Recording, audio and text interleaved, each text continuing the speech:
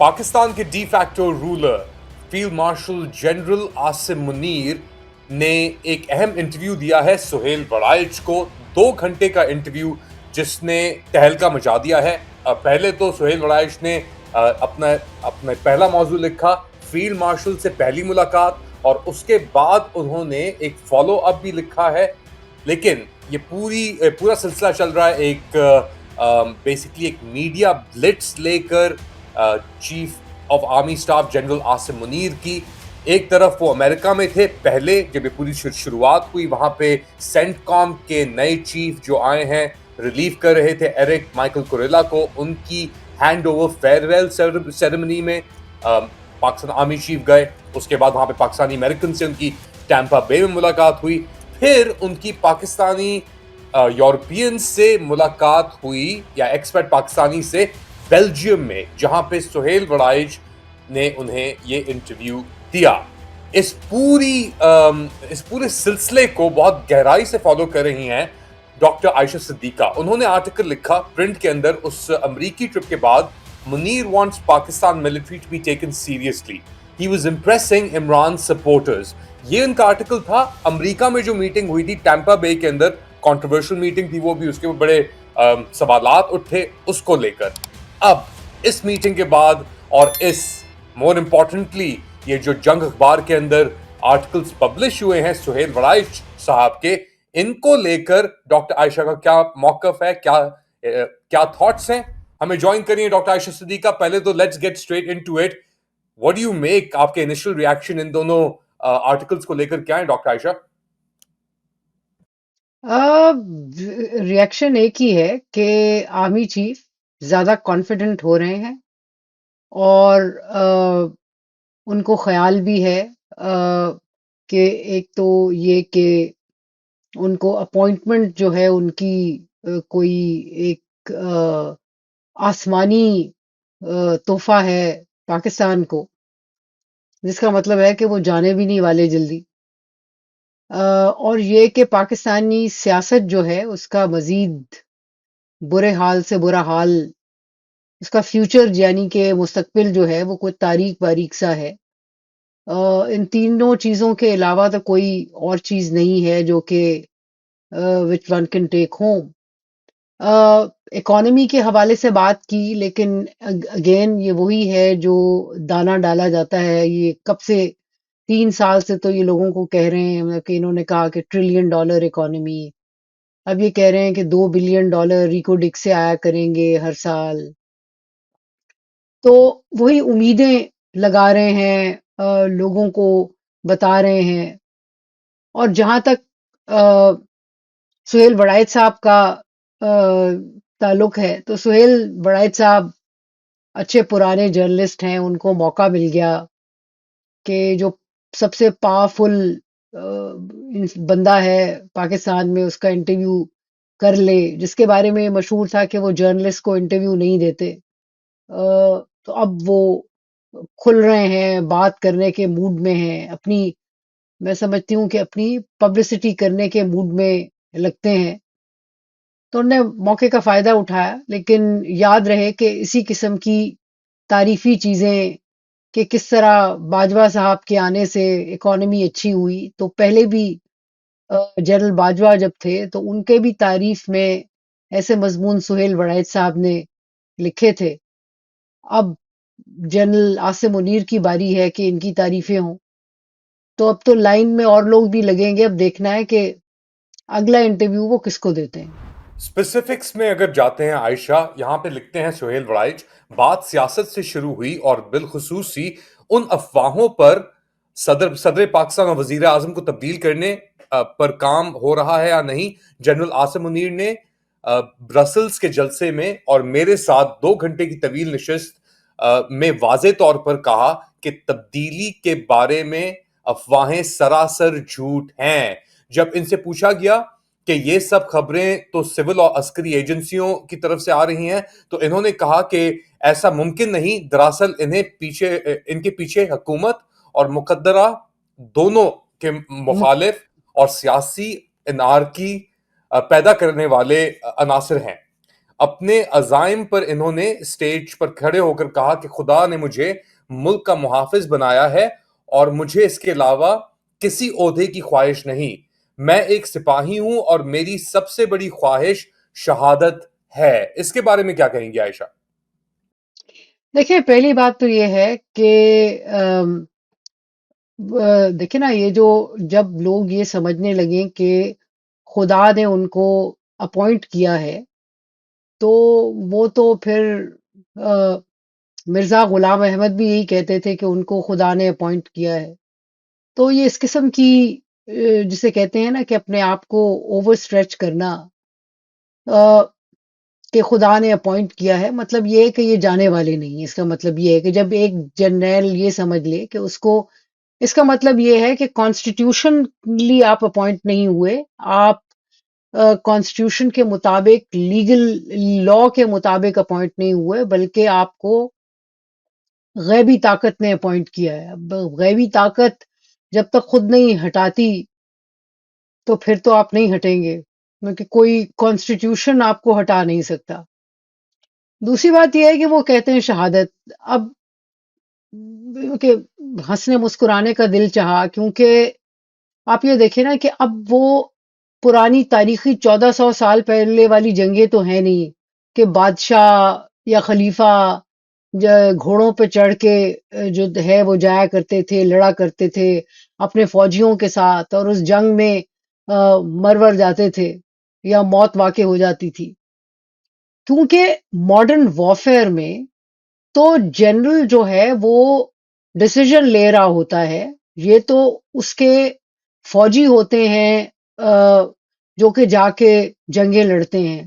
مطلب کہ بھلے جنرل صاحب نے اپنے آپ کو ستارہ جرت دلوا دیا ہو، لیکن بات یہ ہے کہ ستارہ جرت تو ویسے، جو اگر آپ اس کا قانون پڑھیں ستارہ جرت کا، تو وہ بھی اس کو ملتا ہے جو کہ جنگ لڑتا ہے.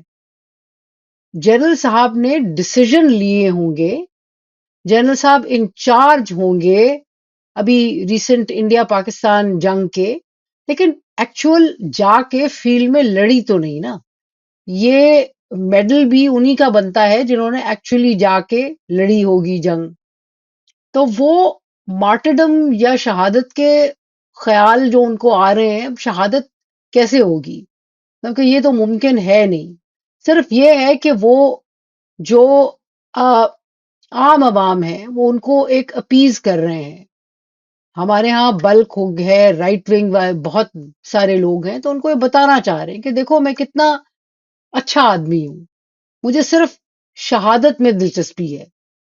اور جب میں نے اس کے بارے میں ٹویٹ کیا تو بہت سارے لوگ جو تھے ان کے سپورٹر، ظاہر ہے گالم گلوچ دیتے ہوئے آ گئے کہ جی یہ تو رسول خدا کو بھی یہ خواہش تھی شہادت کی، اور تم جو ہو مرو گی اور بیماری میں مرو گی. بھائی خدا نے کیسے مارنا ہے ہمیں کیا پتا، خدا ہی جانتا ہے. لیکن بات یہ ہے کہ یہ تو ایک لاجیکل بات ہے کہ ماڈرن وارفیئر میں جو ٹاپ کا جرنیل ہے وہ نہیں مر سکتا شہادت سے. تو بے تکی سی بات ہے، یہ صرف پولیٹیکل سٹیٹمنٹ ہے لوگوں کو امپریس کرنے کے لیے. ایک اور بہت اہم بات بالکل اس کے بعد سیاسی حوالے سے کیے گئے سوال پر انہوں نے کہا کہ سیاسی مصالحت سچے دل سے معافی مانگنے سے ممکن ہے. اس حوالے سے انہوں نے اسٹیج پر قرآن پاک کی آدم کی تخلیق اور شیطان کے کردار کے حوالے سے آیات کا متن اور ترجمہ سنایا. گویا معافی مانگنے والے فرشتے رہے اور معافی نہ مانگنے والا شیطان بن گیا. اس پہ عائشہ کامنٹ؟ دیکھیں جی، یہ جو مذہبی ٹیکسٹ ہے اس کو استعمال کر کے آدم سے کے ساتھ مقابلہ کر رہے ہیں اپنا، اور یہ کہنا چاہ رہے ہیں کہ عمران خان اور ان کی جماعت جو ہے پاکستان تحریک انصاف، بلکہ پاکستان تحریک انصاف میں جو عمران کے ساتھ کھڑا ہے، کیونکہ ان کا موازنہ اس سے کر رہے ہیں کہ دیکھو، جو وہ کہنا یہ چاہ رہے ہیں کہ میں ریپرزینٹ کرتا ہوں ایک سچائی کو، وہ سچائی جو کہ آدم کے لیول کی ہے، جس کو دیکھیں نا آرڈینڈ بائی یا اپوائنٹڈ بائی بائی گاڈ. مطلب کہ جب آپ اپنے آپ کو ریز کر لیں سوری اس لیول تک جہاں آپ اس قسم کی مثالیں دینے لگیں کہ آپ سوچ لیں کہ آپ کی ذہنیت کیا ہے. آ، ایک تو اپنے آپ کو آپ سمجھ رہے ہیں ایک سچائی کو آپ ریپرزینٹ کرتے ہیں، باقی سب جھوٹ ہے. دوسری بات یہ ہے کہ یہ میسجنگ جو دے رہے ہیں، جو ایوریج پاکستانی ہے، جو مذہبی پاکستانی ہے، جو ایوریج مسلمان ہے، اس کو یہ امپریس کر رہے ہیں اور یہ بتا رہے ہیں کہ میں ریپرزینٹ کرتا ہوں اچھائی اور سچائی کو، اور جو میرے مخالف کھڑا ہے اس صورت میں تو عمران خان کا ہی ذکر آتا ہے، جو میرے خلاف کھڑا ہے یا جو اپوز کسی طریقے سے کر رہا ہے وہ بیسکلی ابلیس ہے. اب ابلیس کے لیے تو ایوریج اچھے مسلمان کے دل میں کوئی نیک جذبات نہیں ہوتے. ابلیس کو ہم پتھر مارنے جاتے ہیں ہر حج پہ، جب لوگ جاتے ہیں اس کے ساتھ سلوک اچھا نہیں ہوتا. تو وہ یہ لوگوں کو بتا رہے ہیں یہ موازنہ کر کے کہ بھائی اس سے یہ سلوک ہونا چاہیے، اور جو معافی نہیں مانگے گا. اور میسجنگ بڑی سمپل ہے. اور اس کے بعد میں تھوڑا سا آ، آگے جا رہی ہوں آپ کے اس سوال سے، کیونکہ اس والے آرٹیکل پہلے آرٹیکل میں اور بہت ساری چیزیں جو ڈسکس کرنے، تو we'll get back to that. اس کو آپ یہ والا جو پورشن ہے آپ اس کو اس کے کانٹیکس میں دیکھیں جو دوسرا آرٹیکل لکھا ہے سہیل وڑائچ صاحب نے، قیدی 804 والا، جس میں وہ کہہ رہے ہیں کہ بھئی دیکھو معافی مانگ لو، معافی مانگ لو. تمہارے سے پہلے بھی جو سیاستدان تھے انہوں نے معافی مانگی، جنہوں نے نہیں مانگی جیسے ذوالفقار علی بھٹو، تو دیکھو وہ پھانسی چڑھ گیا. آ، اب یہ نہیں پتا کہ بھٹو صاحب جو تھے ان کو بھی ان کو ظاہر ہے غلط فہمی تھی کہ وہ اتنے. ایک بات وہ صحیح کہہ رہے ہیں کہ شاید ذوالفقار علی بھٹو کو بھی یہ خیال تھا کہ وہ ایک پاپولر لیڈر ہیں، عمران خان کو بھی یہ خیال ہے کہ وہ ان کی پاپولیرٹی ہے اس لیے وہ کھڑے ہوئے ہیں. لیکن وہ ان کو یہ بتا رہے ہیں کہ دیکھو پھر ہوتا یہ ہے کہ مارے جاؤ گے. بہتر یہ ہے کہ ان لوگوں کی صف میں کھڑے ہو جاؤ جو کہ جیسے کہ باقی لیڈر ہیں جنہوں نے پھر ملٹری کے ساتھ سمجھوتا کر لیا. دیکھیں یہ کمپلیکس آرگومنٹ ہے، یہ ٹوٹلی آپ اس کو ریجیکٹ نہیں کر سکتے، ٹوٹلی ایکسیپٹ نہیں کر سکتے، لیکن میں سمجھتی ہوں اس کو الگ سے ڈسکس کریں گے، آج نہیں کریں گے. کیونکہ ایک بات تو ہے کہ آج کے دن میں فوج بہت طاقتور ہے. اس کو پیچھے کی طرف دھکا دینے کے لیے ایک پارٹی، ایک شخص کی نہیں، سب پارٹی، سب لیڈرشپ کی ضرورت پڑے گی. ایک سٹریٹجی جو ہے وہ سوچنی پڑے گی، جو کوئی پولیٹیکل پارٹی، چاہے وہ پی ٹی آئی ہو، چاہے وہ پی ایم ایل این ہو، چاہے وہ پی پی پی ہو، کوئی بھی نہیں سوچ رہا. پیچھے you will have to negotiate.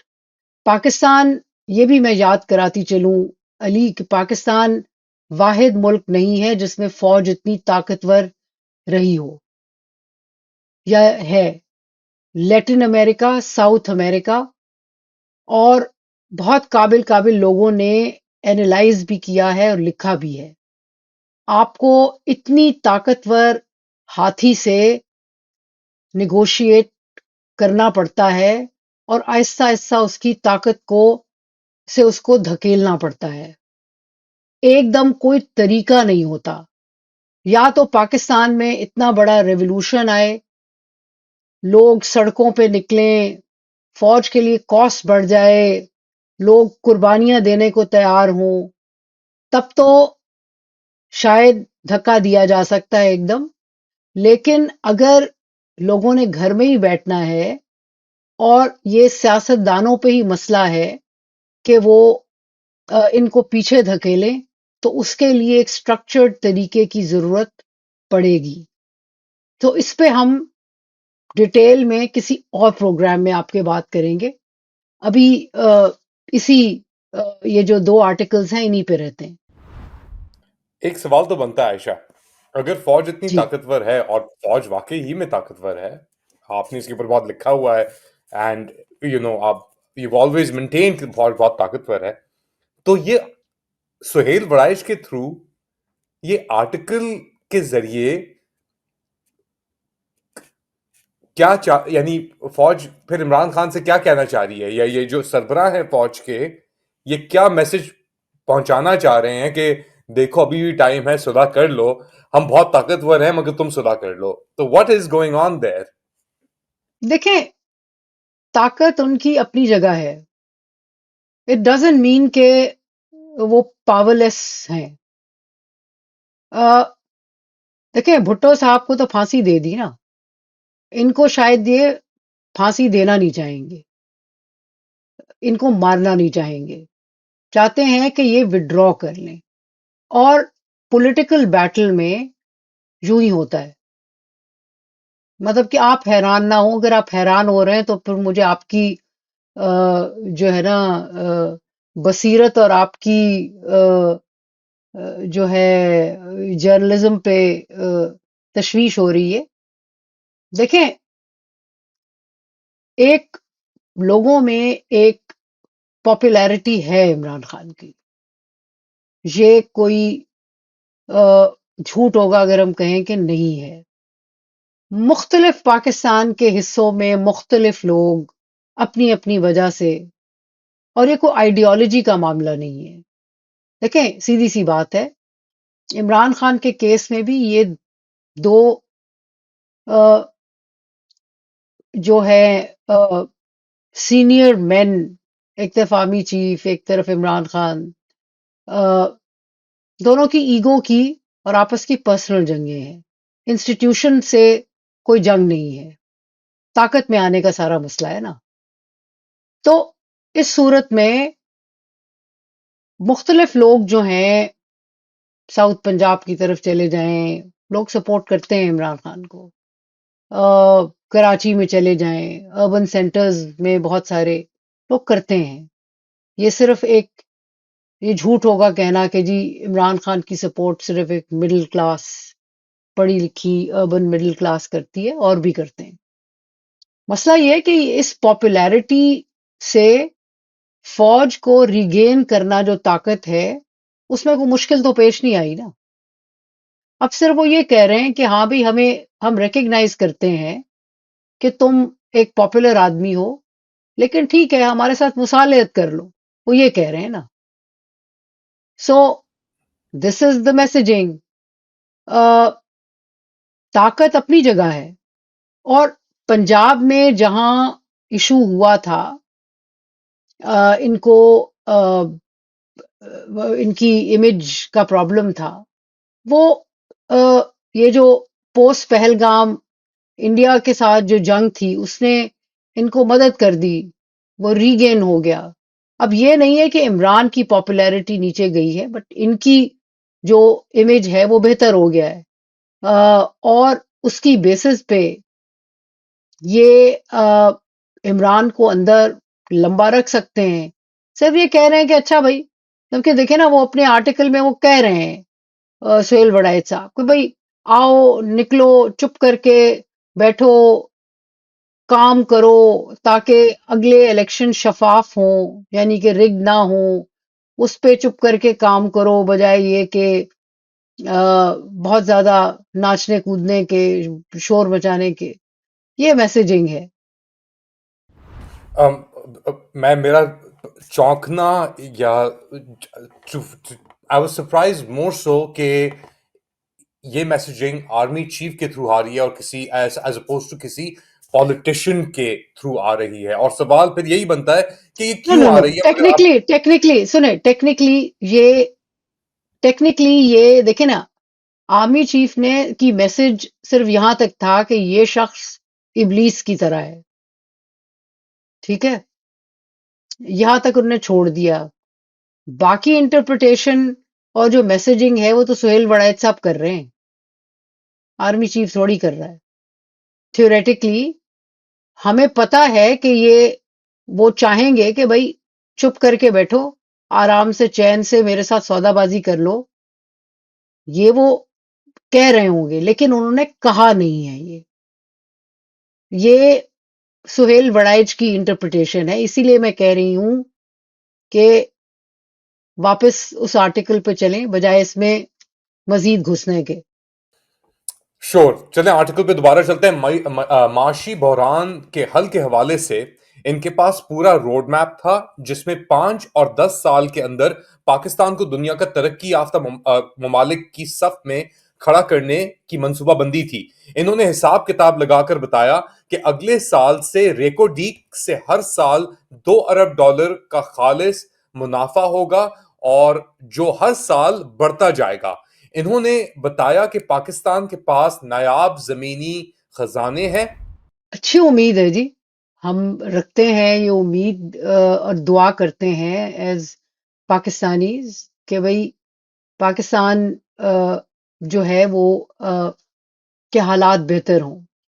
لیکن بات یہ ہے جی کہ جو پولیٹیکل انسٹیبلٹی ہوتی ہے، دیکھیں ایک حکومت کا قائم رہنا جو ہے وہ خود صرف اس کی گارنٹی نہیں ہے کہ سٹیبلٹی ہے، پولیٹیکل سٹیبلٹی تو چل رہی ہے نا۔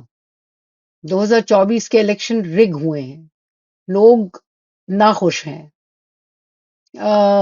اور اکانومی بھی آپ کی ایسی کوئی پرفارم نہیں کر رہی۔ پاکستانی اکانومی کا اب تک مسئلہ یہ ہے کہ it goes through a boom بس سائیکل، مطلب یہ کہ انفلیشن 29% تھی جب عمران خان سے حکومت لی گئی، پھر پچھلے 2-3 سالوں میں 11% پہ آ گئی، جون اس سال کے جون میں 3.2% پہ ہے انفلیشن، لیکن آگے بڑھے گی کیونکہ گروتھ تھوڑی سی ایکٹیویٹی، جب اکنامک ایکٹیویٹی بڑھی تو وہ 5.6 پہ انفلیشن جائے گی، یہ تو آئی ایم ایف کا ہے۔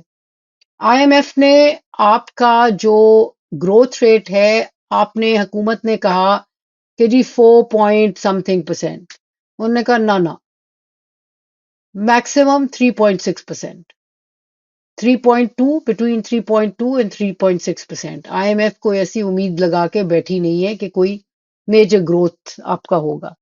میکرو اکنامک سٹیبلٹی آپ لے آئے ہیں 3 سالوں میں، جو کہ ٹرانسلیٹ نہیں ہوتی انٹو مائکرو اکنامک سٹیبلٹی۔ آپ نے ٹیکسز بڑھا دیے ہیں، سیلریڈ کلاس پہ آپ نے ٹیکسز بڑھا دیے ہیں، آپ نے ٹول ٹیکس بڑھا دیے ہیں، آپ نے آج ہی میری کسی سے بات ہو رہی تھی کہ اب جب وہ ایک آپ وہ اسٹیکر سا لگاتے ہیں گاڑیوں پہ ملتا ہے، اگر اس میں آپ نے پیسے، اس کے اکاؤنٹ میں پیسے نہ ہوں تو آپ کو ڈبل بلکہ ٹرپل آپ کو جرمانہ پڑتا ہے۔ یار یہ تو انگلستان میں بھی نہیں ہوتا۔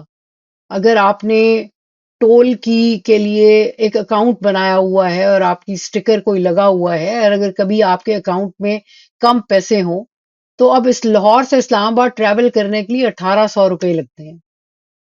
اور ایسی چیزوں پہ، گیس، بجلی، یہ وہ سب چیزوں پہ جہاں سے آپ ایکسٹریکٹ کر سکتے ہیں آپ کر رہے ہیں۔ سو اکانومی کے حالات تو اس وقت یہ ہیں۔ اب یہ کہتے ہیں کہ فارن ڈائریکٹ انویسٹمنٹ، دیکھیں پاکستانی خود انویسٹ نہیں کر رہے اپنی اکانومی میں، تو فارن ڈائریکٹ انویسٹمنٹ پہلے انہوں نے کہا تھا نا یو اے ای سے آئے گی، سعودی عربیہ سے آئے گی، $1 ٹریلین اکانومی ہوگی، وہ بھی نہیں ہوا۔ نہ سعودی عربیہ آیا انویسٹ کرنے، نہ یو اے ای کوئی میجر انویسٹمنٹ لے کے آیا۔ پھر اب آپ کہہ رہے ہیں ریکو ڈیک، اب ریکو ڈیک کا مسئلہ دیکھیں، ریکو ڈیک فورن تو کچھ نکلے گا نہیں۔ پھر مت بھولیں کہ ریکو ڈک جو ہے اس میں جو ہے وہ بلوچستان میں ہے، بلوچستان میں تو انسرجنسی چل رہی ہے نا، اور وہ ابھی ختم نہیں ہو رہی۔ آپ کہہ رہے ہیں کہ بلوچستان لبریشن آرمی وغیرہ جو ہیں اور ان کی مجید بریگیڈ جو کہ آپ نے کامیابی سے نامینیٹ کرا دیا ان کو ایز ٹیررسٹ گروپس، اب وہ آپ کہتے ہیں کہ جی وہ طالبان یا ٹی ٹی پی انہیں ٹرین کرتی ہے، انڈیا انہیں سپورٹ کرتا ہے.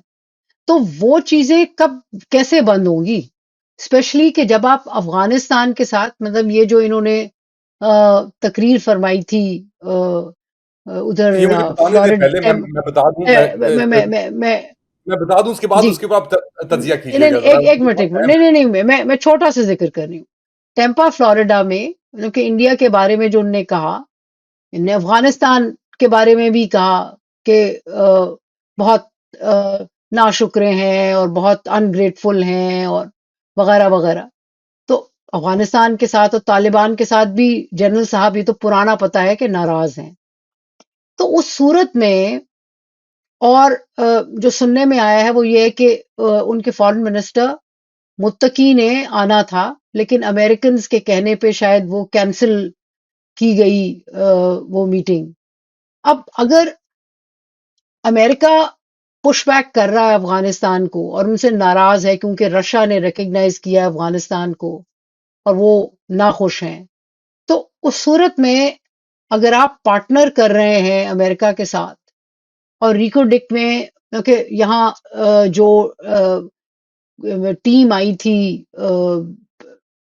پاکستان کی پوسٹ انڈیا پاکستان وار، جو پاکستان کا کیس پلیڈ کر رہی تھی، تو اس میں انہوں نے کہا، اس ٹیم کے ایک ممبر نے، کہ جناب اس وقت جو سب سے بڑی انویسٹمنٹ ہمارے پاس ہے وہ نارتھ امریکن ہے. ان کا ریفرنس ریکو ڈک سے تھا. اب وہ کمٹمنٹ ہے، ایکچوئل انویسٹمنٹ کتنی آئے گی، کب شروع ہوگی؟ ظاہر ہے جب وہ ایکسٹریکشن شروع ہوگی، آپریشنز شروع ہوں گے. مجھے پتا ہے کہ ٹیتھیان کاپر کمپنی جو ہے وہ کراچی وغیرہ میں ریکروٹمنٹ کر رہی ہے لوگوں کی، لیکن آپریشن کب شروع ہوں گے؟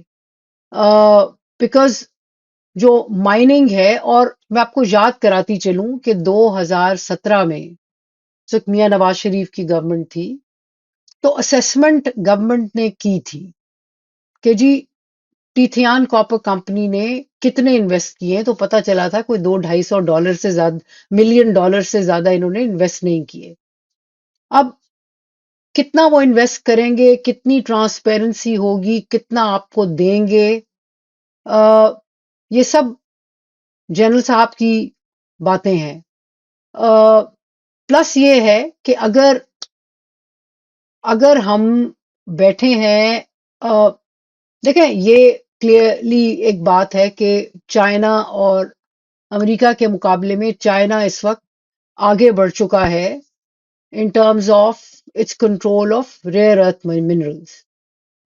ٹرمپ صاحب کو، امریکہ کو بھی شدید خواہش ہے ریئر ارتھ منرلز کی، لیکن ہمارے جن علاقوں میں ریئر ارتھ منرل ہیں وہ سب اس وقت انسٹیبل ہیں سیکورٹی وائز، اور وہ ایک پولیٹیکل نسخہ مانگتے ہیں، اسٹیبلٹی مانگتے ہیں.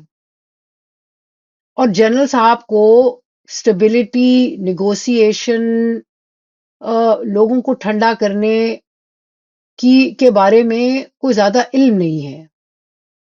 اس سلسلے میں جنرل ضیاء الحق ڈیفینیٹلی زیادہ قابل آدمی تھے، کیونکہ جب جنرل ضیاء الحق آئے تو چونکہ سب کو ناراض کر رکھا تھا ذوالفقار علی بھٹو نے، تو انہوں نے بلوچ نیشنلسٹ لیڈرز کے ساتھ بھی آؤٹ ریچ کی. خیبر تب NWFP خیبر پختونخوا تب نارتھ ویسٹ فرنٹیئر پروونس تھا، وہاں بھی ان کے ساتھ ANP والوں کے ساتھ بھی کی، ساروں کے ساتھ کی. تو ان کو یہ لینگویج آتی نہیں ہے پیزمنٹ کی اور لوگوں سے مصالحت کرنے کی. اس صورت میں انسٹیبلٹی بڑھتی ہے، اور پھر یہ کرنا، پھر یہ ہوتا ہے کہ it could be then proxy war.